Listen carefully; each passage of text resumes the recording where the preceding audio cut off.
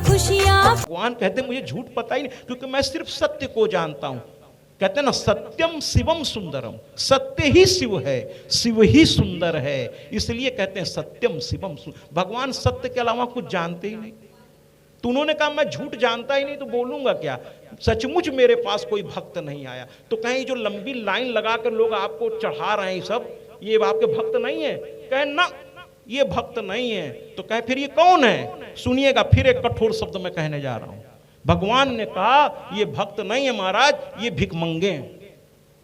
कहें अरे आप इनको भिखमंगा कह रहे हैं? कहें जिसको देखो कुछ ना कुछ मांगने चला आ रहा है, पाव भर लड्डू ले रहा है और इतनी बड़ी मांगने वाली लिस्ट भी साथ में ले आ रहा है।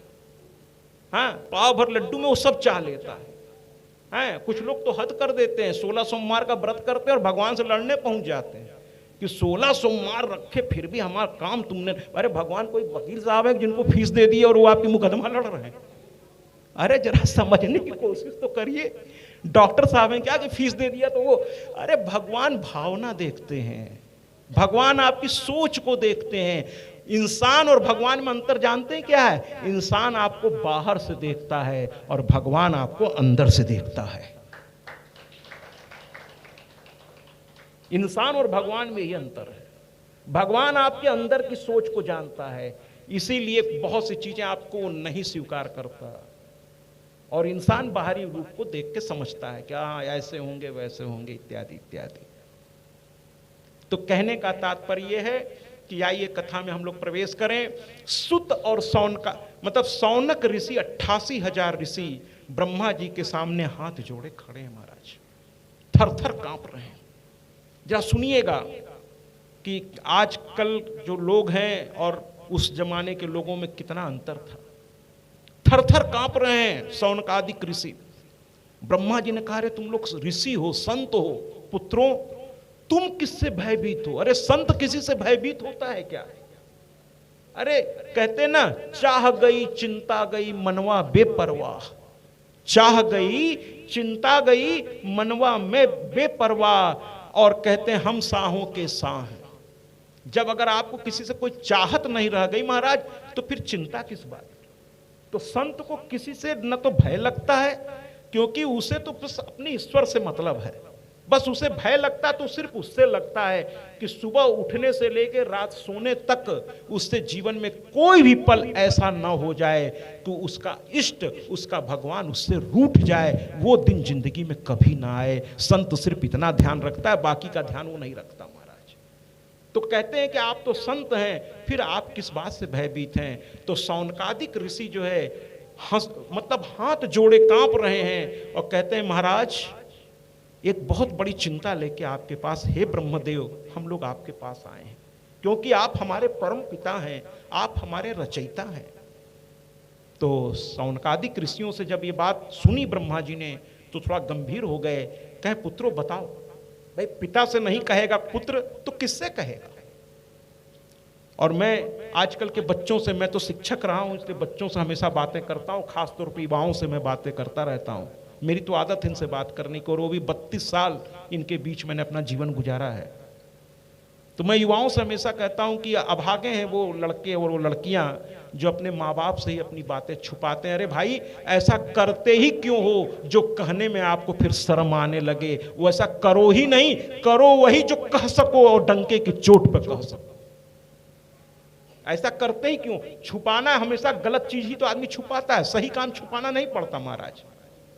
तो कुल मिलाकर के सौनकादिक ऋषियों ने अपने परम पिता से आज हाथ जोड़ के कह दिया हे प्रभु कलयुग आ रहा है, और कलयुग में क्या होगा कि लोगों के पास सबसे प्रमुख है उसी के लिए उसके पास समय नहीं होगा, यानी भगवान के लिए उसके पास समय नहीं होगा। और जब मौत सामने आती है महाराज, एक दिन मैं गरुड़ पुराण का कुछ हिस्सा पढ़ रहा था और वो हिस्सा अचानक से मैं किताबें खोल रहा था, अचानक से, क्योंकि मुझे 100 अध्याय बहुत अच्छा लगता है, तो उसमें से मृत्यु होते समय क्या क्या होता है ये एक पोर्शन मेरे सामने खुल गया कि मृत्यु से पहले शरीर की स्थिति कैसे कैसे होते हुए वो मृत्यु को प्राप्त होता है, मृत्यु के बाद उसके शरीर से आत्मा किन किन स्थानों से निकलती है और निकल करके फिर वो सूक्ष्म शरीर में कैसे प्रवेश करती है, कितने दिनों बाद उसे प्रेत योनि से मुक्ति मिलती है, या वो पितर योनि में चला जाता है, या फिर वो देव योनि में अपने अपने कर्म के अनुसार, ये सब बड़ा ही विधिवत उसमें लिखा हुआ है। मैं उस पर चर्चा किसी और दिन करूंगा। और अगर आप सुन लेंगे ना महाराज, पसीने पसीने हो जाएंगे। मौत के समय की स्थिति को अगर आप सुन लेंगे तो शायद आपको समझ में आ जाए कि अभी तक का जीवन जो आपने बिताया, जिनके पीछे हकीकत में वो आपका साथ नहीं देने वाले हैं। वो कहते हैं ना कि पति और पत्नी का रिश्ता, जब इंसान मरता है ना महाराज, तो पति और पत्नी का रिश्ता केवल घर तक। पत्नी बहुत होगा, रोते हुए आपको घर तक, बाहर जैसे ही मिट्टी उठा के राम नाम सत्य करके लोग चलेंगे, पत्नी की मर्यादा है, वो घर से बाहर फिर नहीं जा सकेगी आपके साथ। पत्नी केवल घर तक, और मित्र नाते रिश्तेदार कहां तक? श्मशान तक। उसके बाद का रास्ता आपको अकेले ही तय करना है महाराज। कभी अपने आप से पूछ के देखिए कि वास्तव में आप कौन हैं। ये जो नाम है ना मिस्टर फलाने, ये आपके माँ बाप ने जन्म के बाद आपको दिया है, लेकिन वास्तव में आप कौन है? कभी अकेले में पूछ के देखिए कि मौत से पहले भी तो आप कहीं रहे होंगे महाराज, है ना। और जीवन जब आपको मिला था उसके पहले भी कहीं आप रहे होंगे, मौत के मरने के बाद भी कहीं आप जाएंगे। कभी पूछिए तो आपको भय लगने लगेगा। और जिस दिन आपको इस वास्तविकता की एहसास हो जाए, किसी संत और विद्वान के चरणों में बैठ जाइएगा, फिर आगे का रास्ता वो बता देगा। या फिर ऐसी कथाओं में आ जाइएगा किसी और दिन। अभी तो 9 दिन की चर्चा है, फिलहाल हम सौनकादिक ऋषियों की बात कर रहे हैं। वो हाथ जोड़े कह रहे हैं महाराज कलयुग आ रहा है। ब्रह्मा जी ने कहा देखो ये तो काल चक्र है, ये 4 युग है, ये बारी बारी से आते हैं, अपने समय पर आते हैं। काल चक्र को कोई ना आज तक रोका है ना रोक सकता है, वो अपने समय से आएगा ही आएगा, है ना। उसको कोई रोक नहीं सका है। तो अब द्वापर खत्म होने वाला है तो कलयुग आएगा ही आएगा। द्वापर युग का अंत हो रहा है तो कलयुग आएगा। काल चक्र को नहीं रोका जा सकता। तो हम आपसे हाथ जोड़कर एक बात कहें। ब्रह्मा जी ने कहा कहिए कहिए, कोई दिक्कत नहीं, बोलिए क्या चाहते हैं आप। कहें महाराज अपने इन पुत्रों को, ये जो 88,000 ऋषि हम लोग खड़े हैं आपके चरणों में, हमको एक ऐसे स्थान पर बैठा दीजिए, एक पिता होने के नाते, जहां कलयुग का प्रभाव हम पर न पड़े, वरना कलयुग जो है अपना प्रभाव डालेगा महाराज। उसका जो अपना विशेष गुण है वो आएगा उसके साथ। तो कहे महाराज, ब्रह्मा जी ने बड़ी सुंदर एक बात कही है, इसको जरा ध्यान से सुनिएगा। कहते कोई भी युग प्रभाव तो डालता है, वो तो उसका काम है, लेकिन वो प्रभाव आप पर पड़ेगा या नहीं पड़ेगा ये आपके ऊपर निर्धारित है। ये आपके ऊपर है कि उसका प्रभाव आप पर पड़ेगा या नहीं पड़ेगा, आप तय कर सकते हैं महाराज। देखिए वेद में कितनी अच्छी बात कही गई है, जरा किताबों का अध्ययन करिए महाराज। वेद बड़ा अच्छी बात कहता है शिवोहम शिवोहम। और वेद की पहली लाइन तो मुझे बड़ी हंसी आती है जब मैं पढ़ता हूं। तो पहली उसकी लाइन, वेद का प्रथम वाक्य, माने वेद को भी पता था कि एक दिन इंसान ही नहीं रह पाएगा। इतना उसके अंदर विकृति आ जाएगी कि इंसान नहीं रह पाएगा महाराज। और इसलिए वेद ने पहला वाक्य क्या कहा, आपको सुन के आश्चर्य होगा। वेद कहता है मनुष्यों से मनुर्भवः। हे मनुष्य, बड़ा अजीब सी बात है। कोई आदमी किसी से कहे अरे रामदास, मान ली उसका नाम रामदास है, तो कहे अरे रामदास कम से कम पहले तुम रामदास तो बन जाओ। माने मनुष्य से वेद कहता है मनुर्भवः, हे मनुष्य तुम मनुष्य बन जाओ।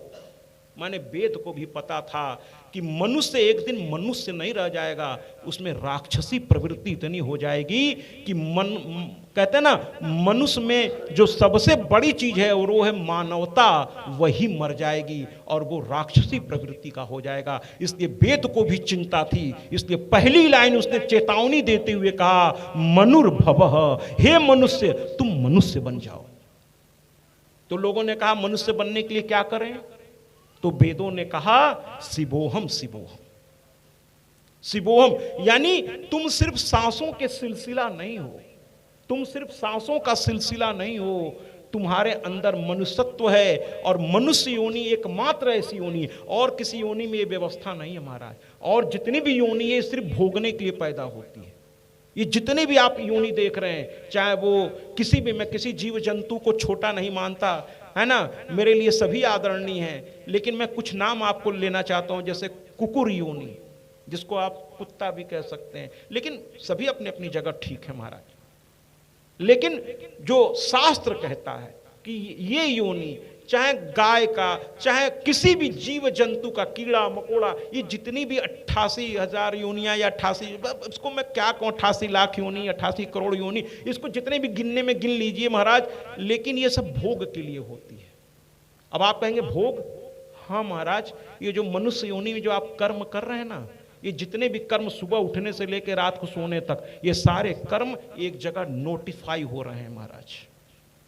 वहां डेबिट और क्रेडिट दोनों का खाता आपका खुला हुआ है। जिस दिन आपने जन्म ले लिया ना महाराज, वहां एक खाता आपका खुल गया है। और वहां जानते हैं भगवान जी कल पर काम नहीं छोड़ते, वो यहाँ के लोगों की तरह नहीं है, तुरंत डेबिट क्रेडिट बड़ा मेंटेन रख के चलते हैं। आप अच्छा किए लिख देंगे, बुरा किए लिख देंगे, और एक के बाद उसके बाद जैसे आपका जीवन खत्म होगा, उसके बाद उसका पूरा फैसला हो जाएगा, कितना अच्छा और कितना बुरा, उस हिसाब से आपकी आगे की जर्नी भगवान निर्धारित कर देते हैं। इसलिए आपको जो भी सुख मिलता है और दुख मिलता है, उसके जिम्मेदार सिर्फ और सिर्फ आप हैं महाराज, कोई और है ही नहीं। अगर आपको दुख मिल रहा है, उसकी जिम्मेदारी भी आप ही हैं, उसकी जिम्मेदारी आपको ही लेनी पड़ेगी। और सुख भी मिल रहा है, बहुत लोग कहते हैं ना इनको बड़ा सुख है, तो जान लीजिए भगवान न तो किसी को सुख देता है। सुन लीजिए, आपको बड़ा आश्चर्य होगा कि पहला व्यास जो ऐसे बोल रहा है। हाँ भैया, मैं शिक्षक रहा हूं, मेरी विचारधारा थोड़ा क्रांतिकारी है और थोड़ा अलग ही तरह की है। शिक्षक बड़ा विवेकपूर्ण बातें करता है, मैं अंधविश्वास फैलाने नहीं निकला हूं महाराज, बल्कि अंधविश्वास, इस कथा में बड़ी मजेदार बात अभी आएगी। जैसे माँ को लोग कहते हैं माँ को बलि पसंद है, बिल्कुल नहीं, बिल्कुल गलत है, ये बिल्कुल गलत है। ये सब बातों पर मैं बारी बारी आऊंगा, अभी तो 9 दिन में बहुत सब खुलना बाकी, अभी तो शुरुआत है महाराज। तो ये सुख, भगवान सुख भी आपको नहीं देता महाराज। तो फिर आप प्रश्न ये करेंगे, जब सुख देवे नहीं करता तो हम इसकी पूजा क्यों करें? कुछ स्वार्थी लोग ऐसा सोच सकते हैं। तो मैं ये कहूंगा कि भगवान ये भी नहीं कहता कि मेरी पूजा करो। भगवान ने कभी आके आपसे कहा है क्या कि हेलो मिस्टर फलाने, कल धूप दिखा देना? किसी भगवान ने कभी आपसे कहा है? पूजा करना नहीं करना, साधना करना नहीं करना, ये आपका निर्णय है महाराज। उनको आपकी जरूरत नहीं है महाराज, आपको इनकी जरूरत है। आपको इनकी जरूरत है। जिस दिन इनकी अंगुली आप पकड़ने का अभ्यास भी करना शुरू कर देंगे, उस दिन से आपकी दिशा और दशा दोनों ही अच्छी हो जाएगी महाराज, दोनों ही अच्छी हो जाएगी। आप स्वयं के मालिक हैं। वेद कहता, मैं नहीं कह रहा हूं महाराज, मैं तो हर बात प्रमाण के साथ कहूंगा। वेद कहता है कि आप ब्रह्मत्व को प्राप्त कर सकते हैं महाराज, आप विष्णुत्व को प्राप्त कर सकते हैं, आप शिवत्व को प्राप्त कर सकते हैं। आप में इतनी क्षमता है। और ये मनुष्य योनि ही एकमात्र ऐसा है जो सिर्फ भोगने के लिए नहीं दी गई है। मनुष्य योनि आपको विवेक, सिर्फ आप मनुष्य योनि में है कि आप साधना कर सकते हैं महाराज। अगर इस योनि को आपने बेकार कर दिया ना, तो फिर से 88 लाख योनि के लिए तैयार रहिएगा। पता नहीं किस किस योनि में जन्म लेना पड़ेगा, और न जाने क्या क्या खाना पड़ेगा और क्या क्या भोगना पड़ेगा महाराज। डरिए थोड़ा सा। हाँ, मैं और संतों की तरह नहीं कहूंगा कि डर, अरे आदमी उससे डर निकाल। आज छात्रों के मन से फेल होने का डर जो है, ये जो मैं किसी सरकार का नाम नहीं लेना चाहता, है ना, राजनीति के हालात ये है महाराज कि रिजल्ट अच्छा आना चाहिए। अरे महाराज, रिजल्ट वो कागजों वाला रिजल्ट अच्छा नहीं आना चाहिए। शिक्षा वास्तव में तो पहले होती थी महाराज, शिक्षा पहले होती थी। और जानते हैं, हमारे जो अंग्रेज आए ना, उन्होंने देखा हमारी शिक्षा पद्धति बहुत शानदार थी। उन्होंने कहा अगर ऐसी शिक्षा पद्धति रही तो इनको हम गुलाम नहीं रख पाएंगे। उन्होंने सबसे पहले आक्रमण किया हमारी शिक्षा पद्धति पर महाराज, हमारी शिक्षा पद्धति पर आक्रमण कर दिया। और उन्होंने शिक्षा पद्धति ऐसी पलट दी, वरना पहले हम लोग वेदों का अध्ययन कराते थे, शास्त्रों का अध्ययन कराते थे, आधुनिक अध्ययन भी कराते थे महाराज। हमारे यहाँ के लोग तो तब जीरो की खोज कर दिए जब उस समय के साइंटिस्ट तो वहाँ सोच भी नहीं सके थे, तब हमारे यहाँ अनंत की खोज कर दिया लोगों ने, अनंत की खोज कर दिया। हमारे यहाँ का तो विचार ही अलग था महाराज, लेकिन सबसे पहले हमारी पद्धति को नष्ट कर दिया गया, और रही सही कसर आज की ये राजनीति नष्ट कर रही है ना। मैं किसी एक पार्टी को नहीं कह रहा हूं महाराज, बस रिजल्ट आए कि हमारे शासन काल में साहब इतना, अरे महाराज वास्तव में देखिए, छात्रों के अंदर से जिस दिन से आपने ये डर खत्म कर दिया कि 2 विषय में भी फेल हो तो आप पास कर दिए जाओगे, बच्चों को आप ये लॉजिक देते हैं कि इनमें तनाव आ जाएगा। आज शिक्षक का हाथ आपने इतना बांध दिया महाराज कि किसी बच्चे को डांटने से पहले वो 100 बार सोचता है कि पता नहीं किस कानून के अंतर्गत ये कहीं जाके कहीं FIR न करा दे महाराज। जब शिक्षक, जिस समाज में गुरु को भयभीत कर दिया जाएगा, माता पिता को भयभीत कर दिया जाएगा, बड़े बुजुर्गों को भयभीत कर दिया जाएगा, उस समाज का कल्याण तो भगवान भी नहीं कर सकता महाराज। जिसको बोलने का अधिकार है उसका अधिकार ही आप छीन लेंगे तो फिर आपका भला तो भगवान भी नहीं कर सकते, आपका भला भगवान भी नहीं कर सकते। जिस घर में बड़े बूढ़े इस बात से डरने लगे कि अपने बच्चों से कुछ कहूंगा तो बच्चे पलट के हमको कहीं ऐसा कुछ ना बोल दें, जिस घर में ये स्थिति हो जाए महाराज, उस घर के विनाश को तो कोई रोक नहीं सकता। इसीलिए बाबा तुलसी बहुत पहले लिख करके चले गए कि जहां सुमति तहां संपत्ति नाना, और जहां कुमति तहां विपत्ति निदाना। वहां तो विपत्ति आएगी ही आएगी।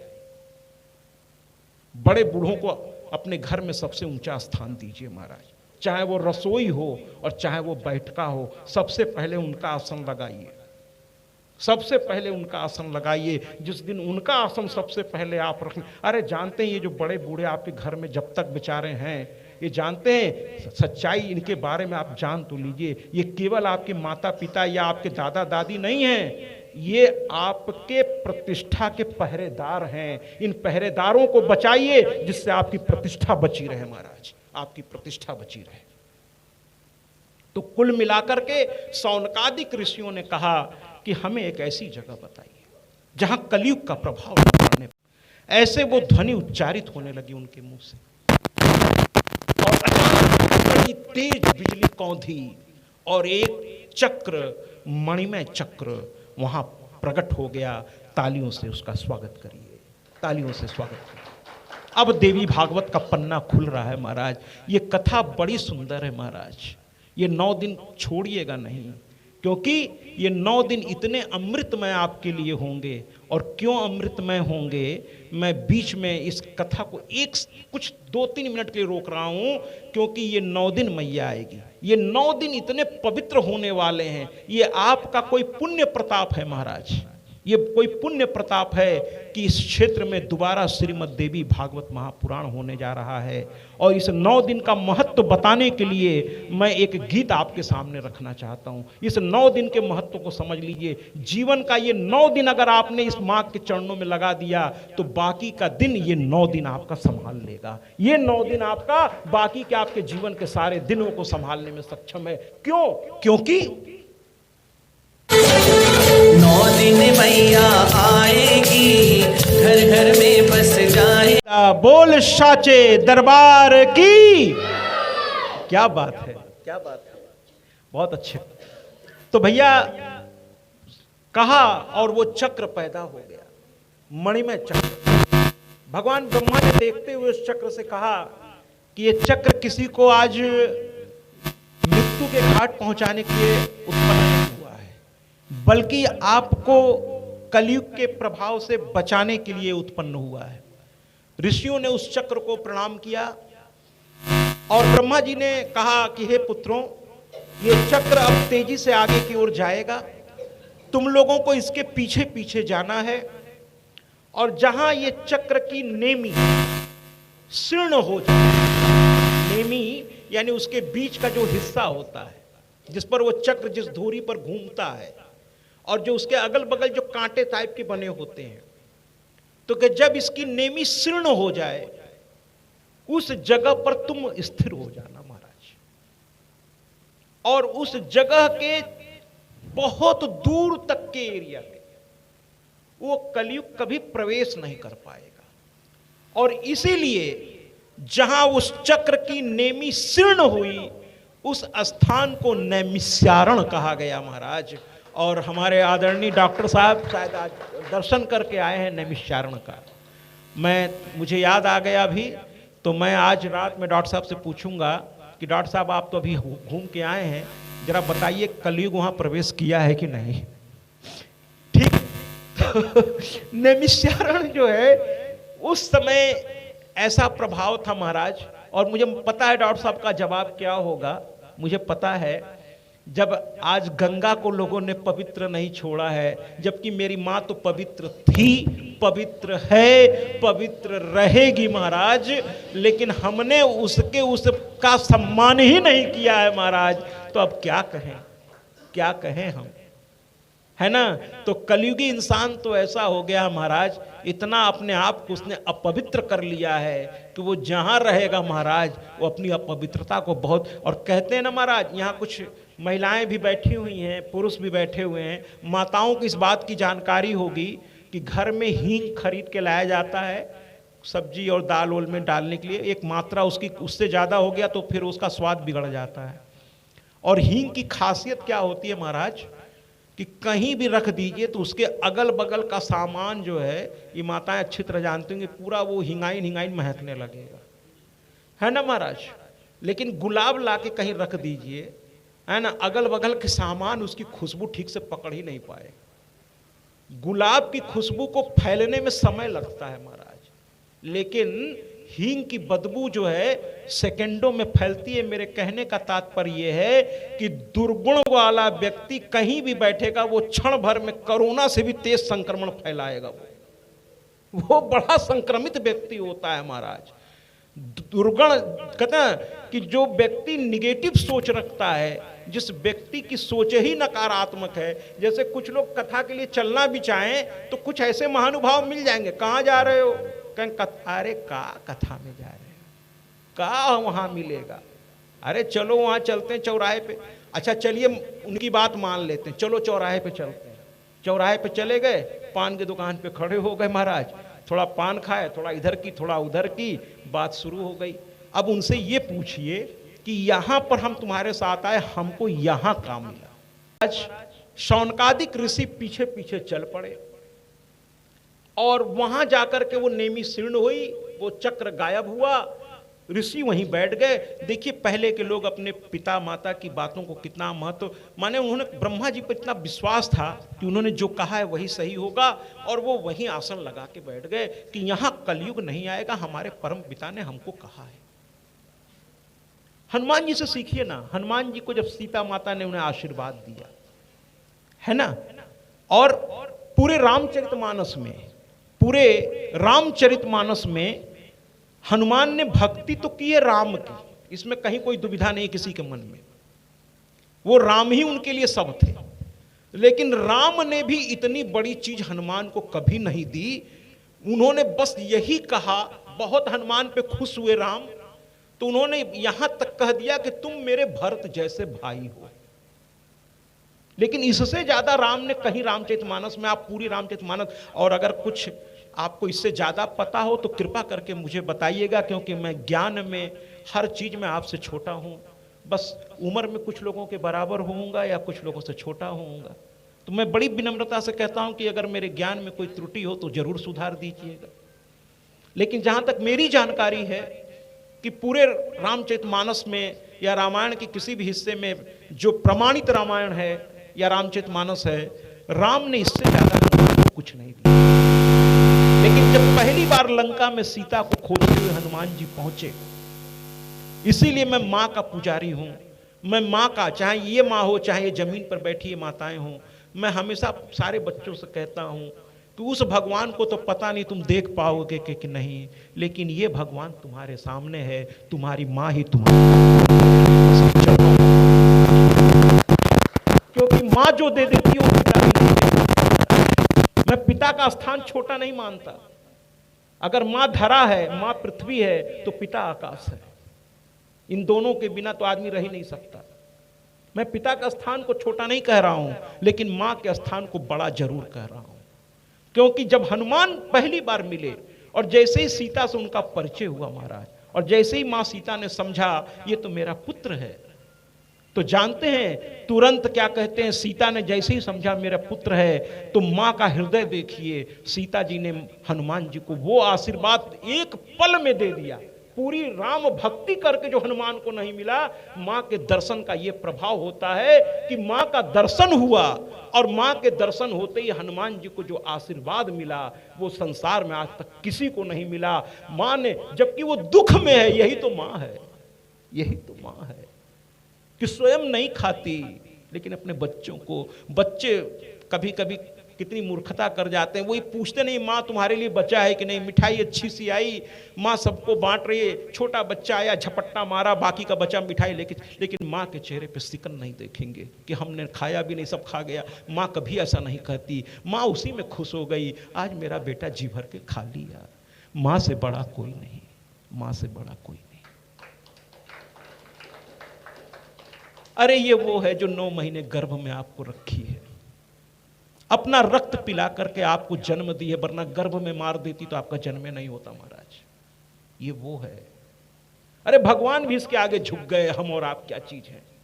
आप देख लीजिए ना, किसी भी अवतार में भगवान ने अपने पिता को पहला दर्शन नहीं दिया है। चाहे कृष्णा अवतार हो, चाहे रामा अवतार हो, सबसे पहले उन्होंने मां को दर्शन दिया है महाराज, मां को दर्शन दिया। बिल्कुल। तो महाराज वापस अपने भाव पर आते हैं कि ये हमारे शौनकादिक ऋषि जो है बैठ गए और वहां साधना करने लगे। अचानक देखिए, जब भक्त में, डॉक्टर साहब में और उनके और भी जो आदरणीय लोग हैं, जब सब में वो भाव जगा तो संत अपने आप आता है महाराज। संत की यही तो खासियत है, उसे निमंत्रण की आवश्यकता नहीं पड़ती है ना। संत, इसीलिए संत में अहंकार नहीं होता, संत में ईगो प्रॉब्लम नहीं होती महाराज। अगर आप में ईगो है तो आप फिर संत नहीं हैं। सूत जी महाराज ने किसी निमंत्रण का इंतजार नहीं किया कि शौनकादिक ऋषि वहां बैठे हैं, हमको बुलाएंगे तब हम जाएंगे ना। सूत जी को पता चला कि कुछ भक्त बैठे हैं और वो कलयुग से घबरा रहे हैं। ब्रह्मा जी ने एक उचित स्थान उनको दिया है, लेकिन केवल स्थान से तो नहीं होगा महाराज, है ना, साथ में साधना करनी होगी। जैसे ये स्थान मिला हम लोगों को, तो साथ में साधना। और आज मौसम देखिए ना, मां प्रकृति कितनी मेहरबान है। मैं तो कहता हूं कि कल से आज का मौसम, सुबह तो बहुत, लेकिन इस समय भगवान ने पूरा आपको मौका दिया है कि आप आनंद लीजिए, खूब आनंद से इस कथा को सुनिए। और हो सकता है कल का मौसम और धीरे धीरे अच्छा होता है, क्योंकि अब मां की कथा शुरू हो गई है। अब सभी देवी देवता अपने प्रतिबद्धता को और निभाएंगे, वो ऐसा कोई काम नहीं होने देंगे कि आप यहां तक ना पहुंच सके। बस आप में भाव होना चाहिए। तो कुल मिलाकर के शौनकादिक ऋषि वहां बैठे थे, तो सूत जी महाराज हमारे स्वयं चल करके आ गए, स्वयं चल करके आ गए।